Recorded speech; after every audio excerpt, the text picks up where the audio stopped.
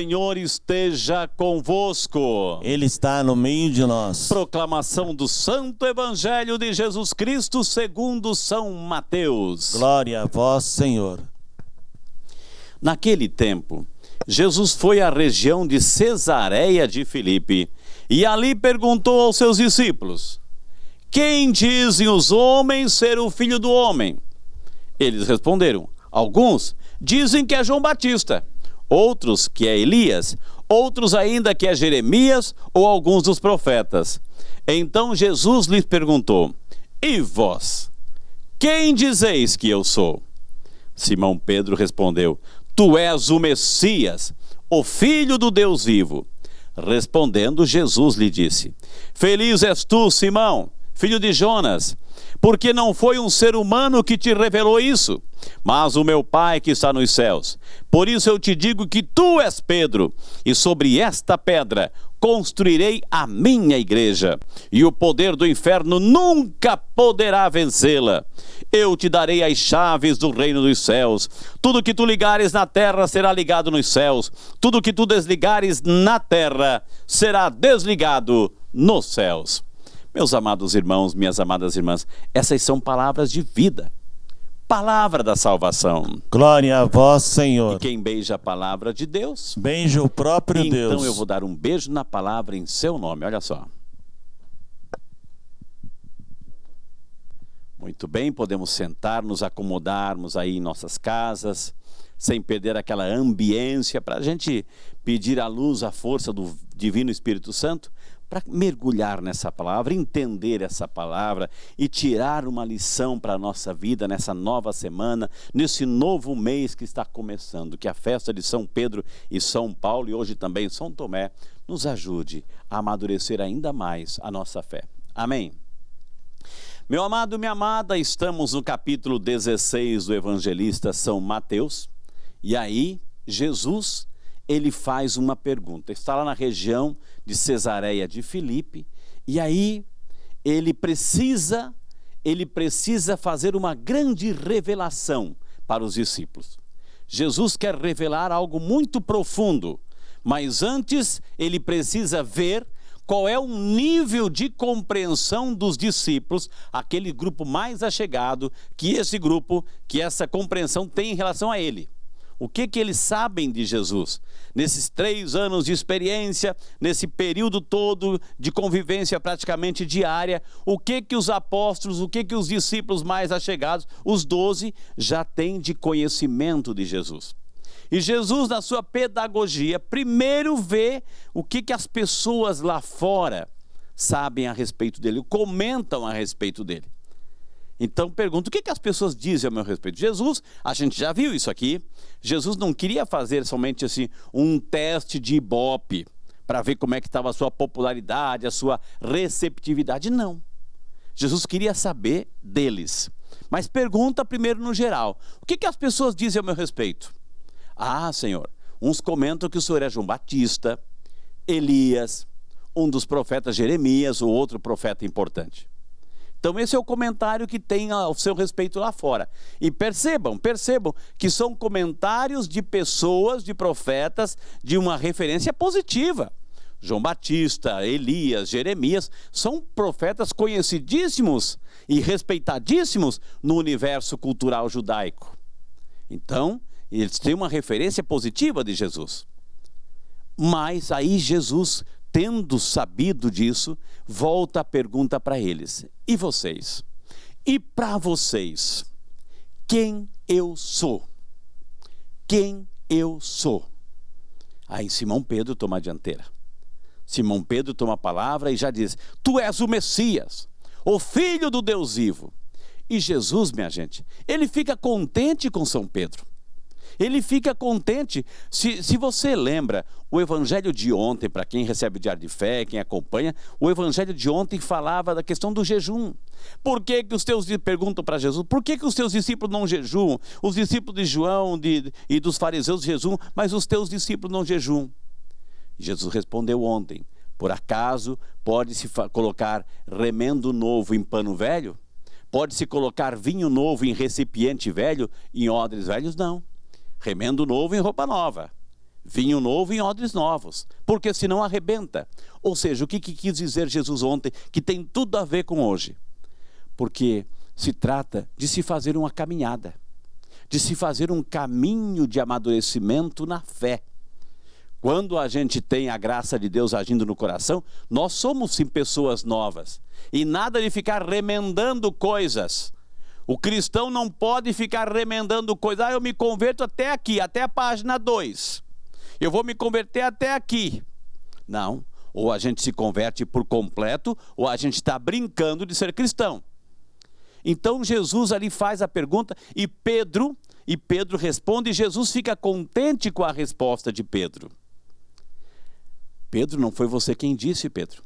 Foi o Espírito Santo, foi o meu Pai que te revelou isso. E aí vem a grande confirmação da fé em Pedro, para Pedro. Por isso eu te digo que tu és Pedro, e sobre essa pedra edificarei a minha igreja. E aí Jesus também confere mais poder para Pedro. Quando fala para Pedro é para a igreja, porque Pedro representa, nesse sentido, o colégio dos apóstolos, a unidade daquele grupo. Eu te darei as chaves. Tudo aquilo que você ligar aqui será ligado lá. Tudo aquilo que você desligar aqui será desligado lá. O sacramento da reconciliação. O primado de Pedro ali está. E disse Jesus, por isso que eu te digo que tu és Pedro. E sobre essa pedra edificarei a minha igreja. E ali, essa é a cena do evangelho de hoje. Mas vamos assim começar a mergulhar na profundidade dessa palavra. Como disse, Jesus não estava fazendo um teste oral. Olha, o que as pessoas dizem a meu respeito? Alternativa A, alternativa B, alternativa C. Não, Jesus não queria isso. Jesus queria revelar algo dele. Mas como eu disse, ele queria que os discípulos tivessem uma maturidade na fé, para aquilo que Jesus iria revelar. E o que Jesus ia revelar, Frei? Jesus ali disse, depois dessa cena de Pedro, eu vou lá para Jerusalém. E lá em Jerusalém eu vou entregar a minha vida. Vão me prender, vão me flagelar, vão me crucificar, vão tirar a minha vida. E aí, essa era a revelação de Jesus. E Pedro chama Jesus à parte. Olha que já Pedro havia sido elogiado recentemente. E aí Pedro chama Jesus à parte e fala assim, Senhor, não fale essas coisas. Vai assustar o grupo, Senhor. Vai assustar o grupo. E aí o próprio Jesus chama, se Pedro chamou Jesus à parte, Jesus vai no meio do grupo e dá uma repreende Pedro. Afasta-te de mim, Satanás, porque você não pensa como Deus. O que Pedro queria? Evitar a cruz. Pedro queria evitar um calvário. Queria um céu, queria um reino sem cruz. Não existe reino sem cruz, minha gente. Não existe céu sem calvário. Não existe. E a gente conhece muitos que dizem cristãos, que amam Jesus, que são capazes de dizer que Jesus é tudo na vida, mas não querem passar trabalho, não têm um espírito de renúncia, de sacrifício, não são capazes de se mortificar por nada, mas querem ganhar o céu. Não existe céu sem cruz, não existe ressurreição sem antes passar pelo Calvário. Nós temos hoje dois grandes homens, Pedro e Paulo. Pedro, lá de Betsaida, irmão de André, tinha uma empresinha com o irmão, era sócio de uma empresa junto com seu irmão, tinha uma empresa de pescaria, e de repente, Jesus passa por ali, André apresenta, olha, esse é o Senhor. Pedro era um homem bom, gostava de escutar as pregações de João Batista, um homem que estava procurando servir a Deus, agradar a Deus. E de repente, quando Jesus passa, segue-me, eu te farei não mais pescador do lago aqui da Galileia, mas eu te farei pescadores de homens. E Pedro deixa tudo, absolutamente tudo, a pesca, o negocinho dele, enfim, e começa com generosidade seguir a Jesus. Seguir a Jesus. E vai fazendo um caminho também de crescimento. Né? Ele era muito efusivo, de repente ele dizia coisas, se arrependia lá na frente, mas o amor por Jesus, A entrega por Jesus era fantástica na vida de Pedro. Paulo, o grande discípulo, estudioso, inteligentíssimo, estudou nos melhores colégios lá de Jerusalém, Companhia Limitada, era de Tarso, e de repente, vendo alguns movimentos, muito fiel a tradições judaicas, vendo alguns movimentos surgindo, ele quis combater, porque quis defender a fé judaica, e ficou sabendo que lá para Damasco tinha um grupo de cristãos. Ele foi até lá para acabar com isso, e no caminho ele tem uma experiência com Jesus. Paulo, Saulo, Saulo, a quem persegues? E aí ele tem esse processo de conversão, de encontro com Jesus. Pedro e Paulo, um recebeu esta missão de transformar, de converter, de anunciar o evangelho no meio judaico. Pedro.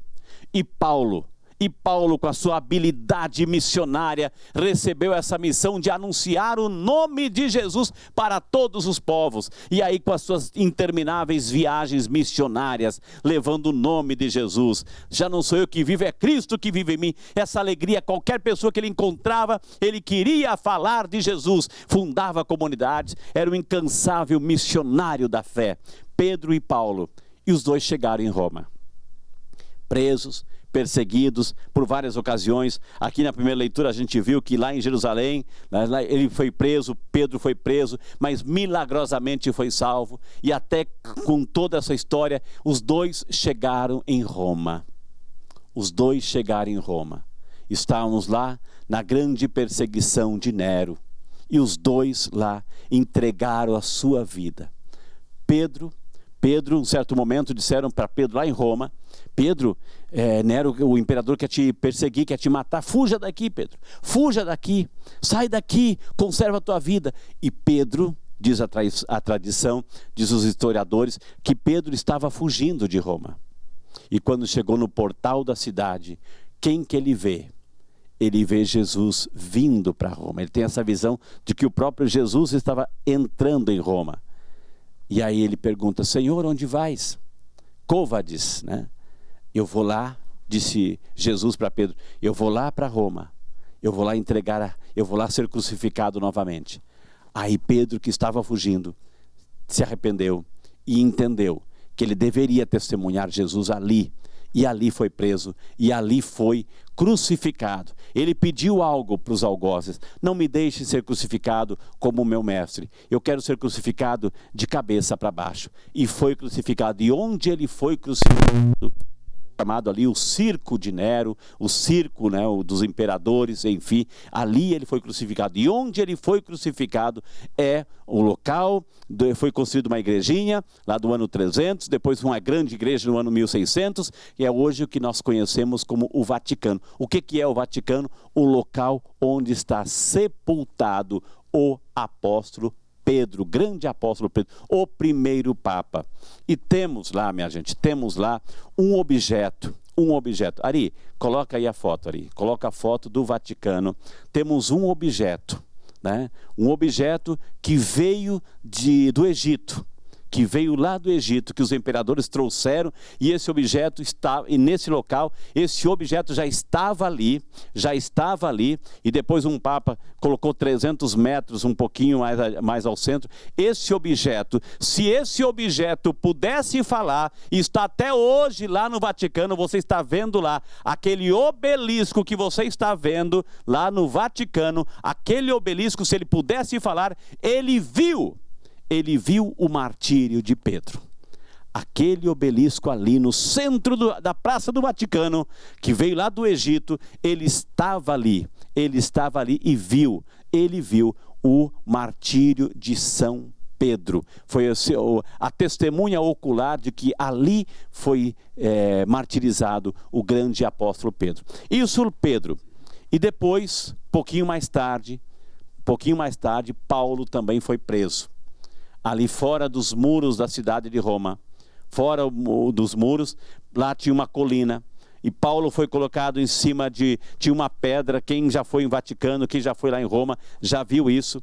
Tem uma pedra, e Paulo foi colocado com a cabeça ali, seguraram a cabeça de Paulo nessa pedra.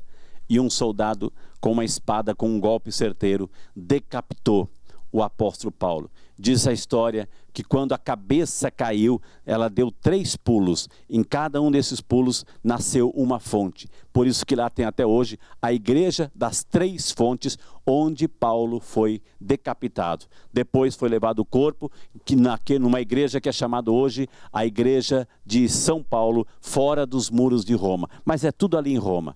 2 homens que entregaram a sua vida por Jesus. Por isso que hoje, minha gente, preste atenção agora no que a gente vai aprofundar. Preste atenção. Por que é importante recordar essas colunas da igreja? Porque são a nossa igreja. A nossa igreja que tem o fundamento nos apóstolos. Quando a gente fala as 4 notas da nossa igreja, una, santa, católica e apostólica. Essas são as 4 notas de nossa igreja, as 4 grandes verdades sobre a nossa igreja. Igreja una, unidade da nossa igreja, unidade da nossa igreja, unidade de governo. Sabemos quem é o governo, quem é o governo de nossa igreja. Temos aí Pedro, o primeiro Papa, temos Francisco, hoje o nosso Papa atual. Então, unidade de governo, sabemos quem é quem na nossa igreja, sabemos o Papa, sabemos o Bispo, sabemos o Padre, sabemos as coordenações, nós sabemos. Existe uma unidade de nossa igreja através do governo da igreja. Existe uma unidade também da doutrina. Existe uma unidade da nossa doutrina. Por isso que é importante que todo cristão católico, eu digo isso para você, preste atenção. Todo católico tem que ter na sua casa a palavra de Deus e o catecismo da igreja. Porque existe uma unidade de doutrina. E existe também uma unidade de liturgia. Eu já falei isso aqui. Eu posso não saber o francês, eu posso não saber o inglês, eu posso não saber o japonês, mas se eu entro numa igreja, num país que eu não conheço, que eu não sei falar aquele idioma, mas se eu entrar numa igreja católica e lá tiver uma missa, eu sei o que está acontecendo. Eu posso não saber o que estão falando, mas eu sei que na hora que eu tenho que levantar, sentar, ajoelhar, a hora da consagração, existe uma unidade da nossa liturgia. Una. Santa, a nossa igreja é santa. Por que é santa? Porque Cristo é a cabeça. Cristo é a cabeça. O que é a igreja? É o corpo de Cristo. A igreja é o corpo dele. A igreja é o corpo de Cristo. É a continuidade do Cristo na história. É a igreja. E a alma dessa igreja é o Espírito Santo. Por isso sim que eu não posso, essa igreja é santa, porque Jesus é a cabeça. E eu não posso, preste atenção no que eu vou dizer agora. Muitos padres da igreja disseram, eu vou repetir o que eles disseram, porque é uma grande verdade. Cristo é o Salvador, mas quem é Cristo? Ele é a cabeça e a igreja é o corpo dele. Se eu não fizer parte deste corpo,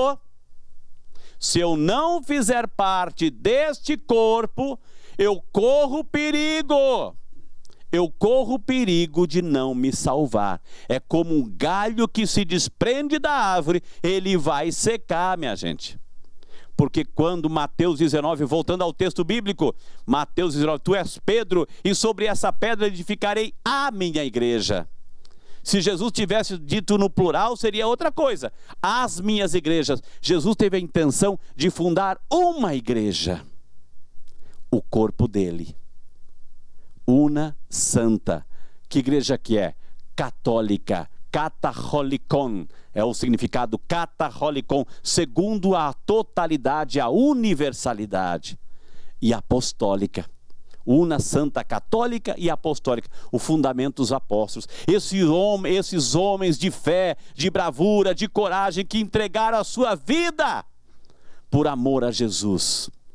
Essas são as características da nossa igreja. Voltando ao texto, minha gente, presta atenção. Jesus, quando fez essa pergunta, o que as pessoas dizem a meu respeito? O que as pessoas dizem? Ah, João Batista, Elias, Jeremias. E você?